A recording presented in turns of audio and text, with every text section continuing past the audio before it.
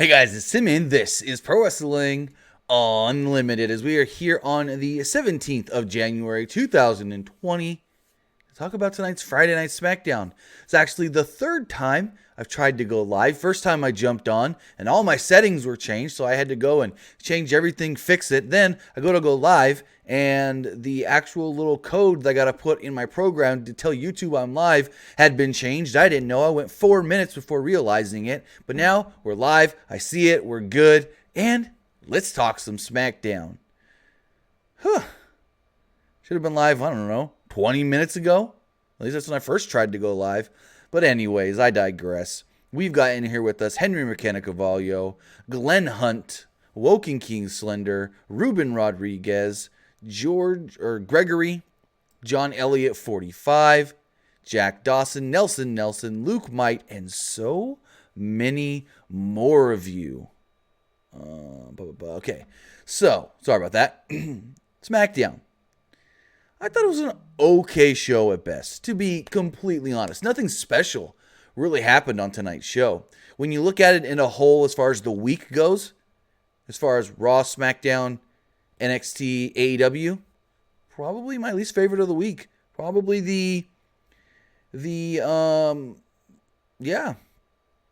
I wouldn't say worst. Well, I guess that's what you gotta say, but Henry Cavallo says it perfectly. This show was so-so, and it really was. It really was just so-so. Nothing extraordinary, nothing extra special. We learned a lot for the Rumble, but we'll see. Got more people jumping here in the live chat as we get going. And SmackDown kicked off with a memorial graphic for Rocky Johnson. Rest in peace. The show then saw Kane make his way down to the ring to kick off Friday Night SmackDown. He pointed out that there's 9 days away from his favorite pay-per-view, the Royal Rumble. Kane discussed the Royal Rumble and the chance of headlining WrestleMania by winning. Kane talked about all the eliminations that he's had through his career and the amount of fun that he's had in the Rumble.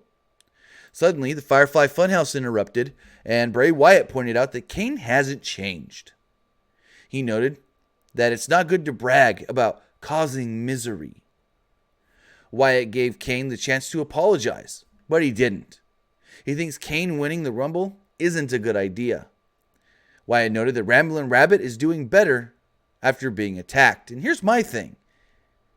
Did Kane say he was entering the Rumble? Because I didn't get that. If he did, then I missed that. Because Wyatt said that Kane winning would not be a good thing. But I never once heard Kane say that he was entering. He just talked about stuff that he's done in the Rumble. So, I don't know. I want to say thank you to Jerry Lopez for the Super Chat donation. We also have one from Luke Might that I will get to here in a moment. So, Wyatt realized that Kane's picture is already on his wall, which means Kane and the Fiend have crossed paths before. The lights go out. The lights come back on and they're red, and Kane is standing at ringside. The Fiend then emerged from his hole inside the ring. He beamed up, or whatever you want to call it. Kane turned around and asked, "Hey, what took you so long?" Suddenly, the Fiend turns around himself, and Daniel Bryan comes running faster than I've ever seen Daniel Bryan run across the ring and hit the Fiend with a running knee. Just phenomenal. He was running like the goddamn road runner. He's going that fast. The Fiend then tried to get away and went back through his hole. Daniel Bryan chased after him and pulled out some hair. Some of the dreadlocks got yanked out of the Fiend's head. Very interesting there. Kind of symbolic to what he did to Daniel Bryan, but I doubt the Fiend's coming bald next time we see him. So we go to the back, and Kayla Braxton interviews Daniel Bryan. Bryan noted that the Fiend disappears every time you get close to him. Bryan is sick of this. He said Wyatt can escape down this hole, and that's why at the Royal Rumble, I'm challenging him to a strap match. Bryan explained the rules and noted that it might not be a good idea to do this match, but he determined that it's the only way he's going to get his hands on the Fiend because the Fiend likes to run away. And I thought when Bryan started talking about how I got to do something, I got to do something to keep the Fiend from running away, I thought he was going to say cage match. But strap match, that's different. I mean, let me know in the chat or the comments below. When's the last time we had a strap match in the WWE? I mean, the last one I remember was John Cena and Rusev, the Russian chain match from like 2015. That's the last time I remember any sort of strap match style match in WWE. I could be wrong. But that's the last time I remember one. Jack Dawson says 2017. What match?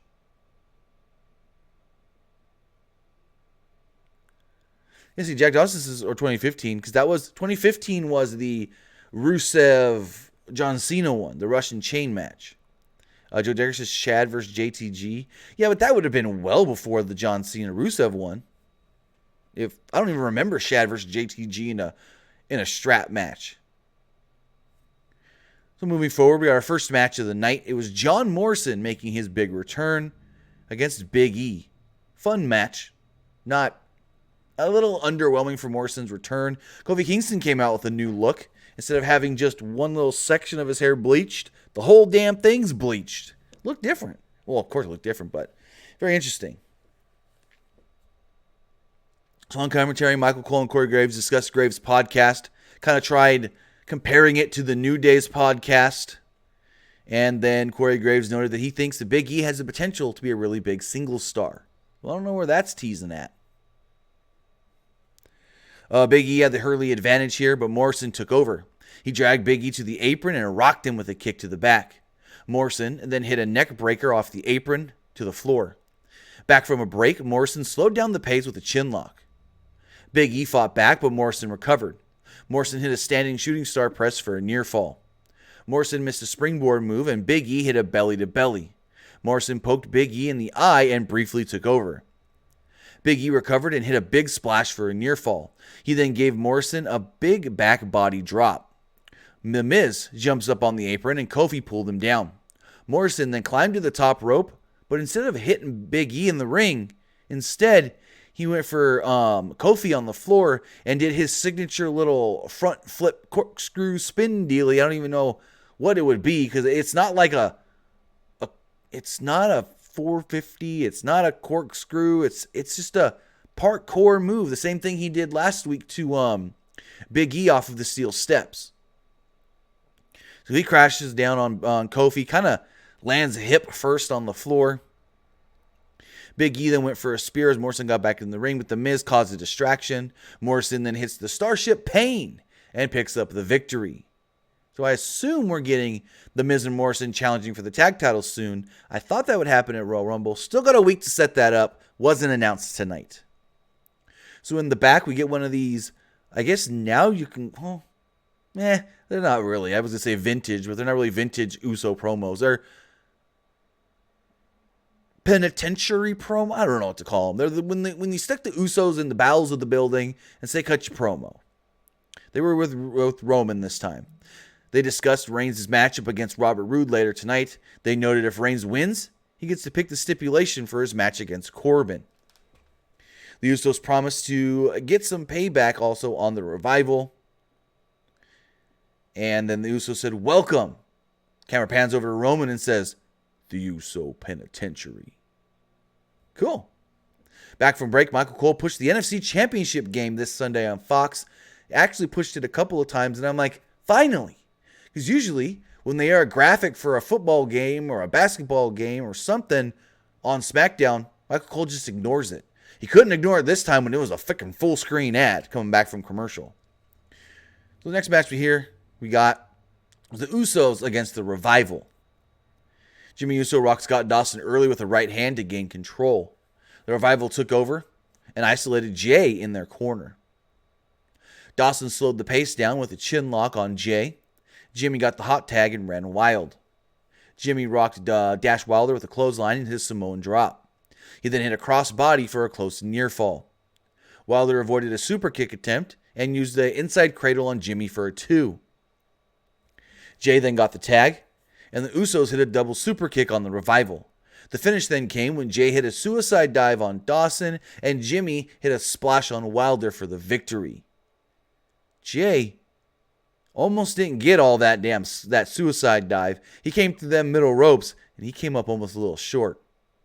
But Usos do pick up a victory here. Fun match. Usos Revival, they're always really good. They're really teasing that the Revival just can't catch a break ever. And then nothing will ever go good for them. And Michael Cole and Corey Graves pushed that the Revival are on a losing streak. And Corey said, I didn't pick up exactly what Corey said at first about the losing streak. And Cole goes, well, you used to be a wrestler. What do you know about a losing streak? He's like, no. Cole says, well, you were a champion. What do you know about a losing streak? And Corey Graves literally goes, nothing. I never won more than 2 matches in a row. That was a good one. So in the back, Caleb Braxton was with the Revival. They said if WWE doesn't change, then they may have to make a change. Yeah. Make a change like leaving the company. They're already prepping. So if you didn't hear the news this week, the Revival actually filed some trademarks. They filed for hashtag FTRKO, which is a very interesting one. And they also filed the trademark for a Shatter Machine. They've also in the past filed a trademark for FTR, which is Forever the Revival, or Fear the Revival, or Fuck the Revival, whatever you want to call FTR. And I doubt they can use the name The Revival when they leave WWE. But if they're like Forever the Revival, or Fear the Revival, or FTR, whatever that's going to be, we'll see. They're using, the interesting thing here is the lawyer that they have helping them file their trademarks is Cody's lawyer. Cody's trademark lawyer. The same guy that files trademarks for Cody is the same guy that's filing the trademarks for the Revival. So is there a connection there? Is there a connection? Everyone assumes so. So as Caleb Braxton's talking to the Revival, all of a sudden out of nowhere you hear a bunch of commotion going on, and Lacey Evans is brawling with Bayley while Sasha's laying on the ground. Banks apparently was injured here holding her leg, as we get a recap of the Mandy Otis stuff all of a sudden after the 2 women get broken up. So in the back, Mandy Rose approaches Sonya Deville. She asks Mandy Rose approaches Sonya Deville. Sonya says, hey, can you ask Otis to come out to the ring for my match tonight? And Mandy's just like, what? Why don't you ask him? And Sonya goes, no, I think it's better if you ask him, if you know what I mean. And so, well, Rose says she isn't sure if Otis will agree, but she'll ask. Very, very interesting. I don't know what's going on with this Otis Mandy Rose stuff. Luke, I will get to your question once we talk about the women's title match, or the Bayley Lacey match that happened. I got it. I got you, bro. So in the trainer's room, Bayley and Banks were sitting there. Banks had some ice on her ankle when Adam Pearce would actually appear. And this goes with what Henry's asking in the comments. Adam Pearce enters and pointed out that this is the second week in a row that Banks was supposed to take on Evans and isn't. And Sasha literally goes, well, both times weren't my fault. Weren't your fault. Last week you just didn't show up to the show. I get it. This week you got hurt. But last week you didn't show up. That was your fault for not showing up. Anyways, Adam Pearce says someone's taking on Lacey Evans, and it's going to be you, Bayley. The match is already set. And Henry Cavallo asked in the comments, so Adam Pearce has the power to make matches now? I don't think that's what it is. I think he is the voice of the higher power, if you want to call it that. He's the voice he's the middleman, I guess you could say, between whoever's really in charge and the wrestlers. But at the same time, why not just make him the GM? He's always been a good talker. He's got a good camera presence. He's been on camera, I don't know how many times, doing his producer breaking up brawl stuff.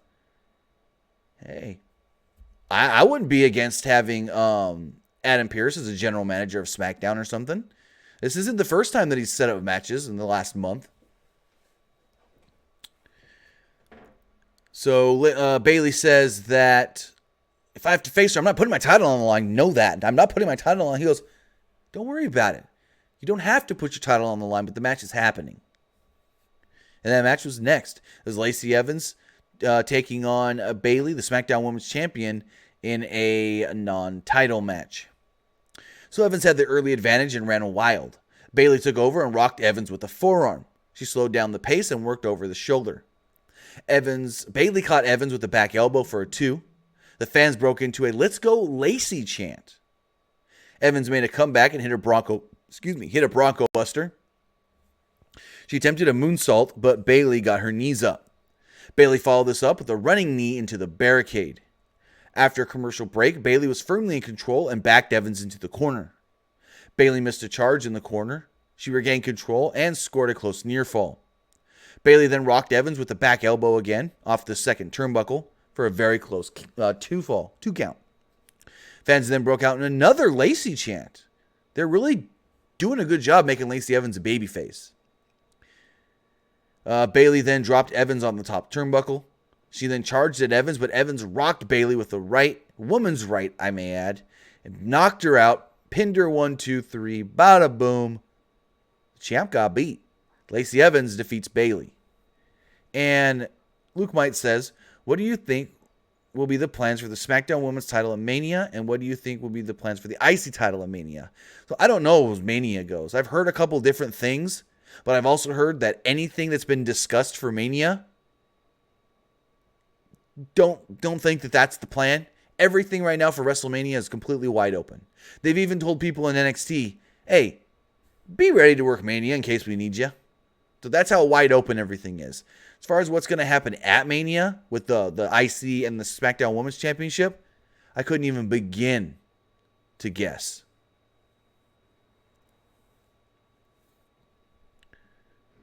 So we have a new interview girl for SmackDown, I guess. Her name is Elise Ashton, and they sent it to the back as she was interviewing Shorty G. Shorty G said he's not going to fall for what Sheamus is up to. Shorty G noted that Sheamus is one of the best, what did he say? He's one of the best, most decorated superstars that we have today. Sheamus then walks up. He's like, hey, hello, has anybody seen Shorty G? Anybody seen Shorty? Oh, hey, there you are. Making fun of that. He's so short that you can't see him. And, well, Shorty G snapped. Sheamus pats him on the head. Shorty G snaps, takes him down with a double leg, and the two brawl for a second before they get broken up. Cool. In the back, Caleb Braxton then interviews Braun Strowman. Strowman said that he's like, this ain't going to be a surprise to anybody, but I'm declaring that I'm in the Royal Rumble. He said, but I have to turn my attention to the Intercontinental Championship. He noted out that he's defeated Shinsuke Nakamura not once, but twice. He said that with that, he demands a shot at the IC title in Shinsuke and Nakamura. So we go to the ring, and Elias is out there. Elias thanked the fans and started singing a song that he called Walking in Greensboro. And I was like, oh, please make this a freaking Walking in Memphis parody. And it wasn't. It's called Walking in Greensboro, but it was not to the tune of Walking in Memphis, which is a really great song. I love this song. So we start singing, and Sami Zayn, Shinsuke Nakamura, and Cesaro will interrupt. And Elias just goes, not this stuff again. Because remember, before he got hurt, the whole thing was he'd go to sing and always get interrupted. So Zayn said that they have more significant problems than Elias. He talked about Braun Strowman making a challenge, and he says, well, we've got all the power, and no, you're not getting your match. Zayn noted that it's just too close to the Royal Rumble. Zayn pointed out that Nakamura won the Rumble before. Zayn noted that he's done and told Elias to get back to what he's been doing. Elias noted that he just wrote a song about Sami Zayn while Sami was talking. Zayn was furious and basically he sicked Cesaro on him. Cesaro jumps into the ring. Elias is trying to take the guitar and his microphone off when Cesaro just jumps him. All three heels then beat down on Elias. Braun Strowman runs out. The heels run away. And there we go. We then get a very, very nice tribute video for Rocky Johnson that included highlights of his career. After the video, the crowd chanted for Rocky. Very great video. So then we get Alexa Bliss taking on Sonya Deville. And as the match is about to start, out came Heavy Machinery. Now, it's weird because Tucker seemed happy to come out. Seemed fine. Seemed ecstatic. But he's been iffy on Mandy. When Mandy gave Otis the cake, he was like, what are you doing? Don't take the cake, blah, blah, blah. Then when Otis came out during Mandy's match, Tucker was trying to stop him from doing so. But then tonight, they come out and do their little normal entrance kind of deal. Coming down the ramp. They do their little handshake, slap fives. I don't know. So, Rose distracted Bliss early and DeVille attacks. She used a chin lock, but Bliss fought out. Rose tried to climb to the top to distract Bliss again. Cross then pushed Rose off the top, but Otis caught her, and Mandy looked a little schmitten being in Otis's arms. DeVille was then distracted by this, and this allowed Alexa Bliss to get the roll-up victory on Sonya Deville. Otis then placed Mandy up on the apron so she can get into the ring. She apologized to Sonya for distracting her, and then we cut to the back.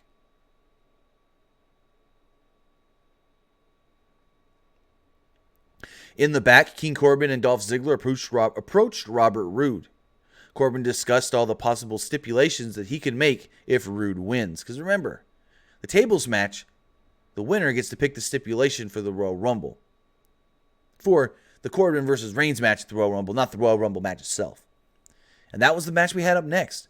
It's Roman Reigns versus Robert Roode. Roode jumped Reigns as he made his way down to the ring. Roode pulled out a table from under the ring, but Reigns rocked him with a drive-by. Reigns ran around the ring, but he missed a spear and crashed into the barricade hard over in front of the timekeeper's area. Like he smashed that thing head and shoulder first. Oh, God. I thought he was done. Corbin's music then hits as Corbin comes out to watch this match from the stage. After a commercial break, Roode tried to superplex Reigns through a table. Reigns fought back and attempted to powerbomb through the table, but Roode fought out. Reigns then hit a Superman punch on the floor and threw Roode back into the ring. Excuse me. Corbin then caused a distraction, and Ziggler ended up catching Reigns with a nice super kick. Ziggler and Corbin placed Reigns on the announce table. Roode climbed to the top, but the Usos ran down to make the save. They hit double suicide dives on Corbin and Ziggler. The Usos gave Ziggler a double splash through the announce table. Back in the ring, Roman speared Roode through a table that was set up in the corner to win the match. So afterwards, Corbin's pissed. Roman gets to pick the stipulation, and Roman goes, so the Royal Rumble, that's at a baseball field, baseball stadium. So how about we fight all around that place? This match at the Royal Rumble is Falls Count Anywhere. And that should be fun, depending on how this goes. Because if they could literally fight all around the baseball field, all around the stadium, that should be pretty cool. Very, very cool if done correctly. I wish they would have done a Falls Count Anywhere match last year when they were in Phoenix at a baseball stadium because they had the hot tub at that stadium. Someone needed to be thrown in that hot tub. But anyways, I digress. That was Smackdown. It was an okay show. We did get good build towards the Royal Rumble, but that's really it. All the matches kind of were just matches, nothing special, and I guess when you put it into a vacuum as far as like all the shows of the week, it was at least for me, the lowest one. So we'll see what that means for the ratings and everything. But I want to say thank you guys for joining me here tonight to talk about Friday Night Smackdown. I do have one text message that I do want to get to really fast. This text message says, if you had to pick who would win the Rumble and who do you think should challenge at Mania? Well, I'm still sticking with Kevin Owens. I still think Kevin Owens should win the Men's Rumble. I'm a little less on that than I have been. But I still think, let's go Kevin Owens for the Men's Rumble. But with that, I want to say thank you guys for joining me here live to talk about a Friday Night Smackdown. I want to thank everybody who joined later right here on YouTube and listen on podcast services all around the world. We will be live again Monday to talk about Monday Night Raw. So have a good night, guys, and we'll see you again.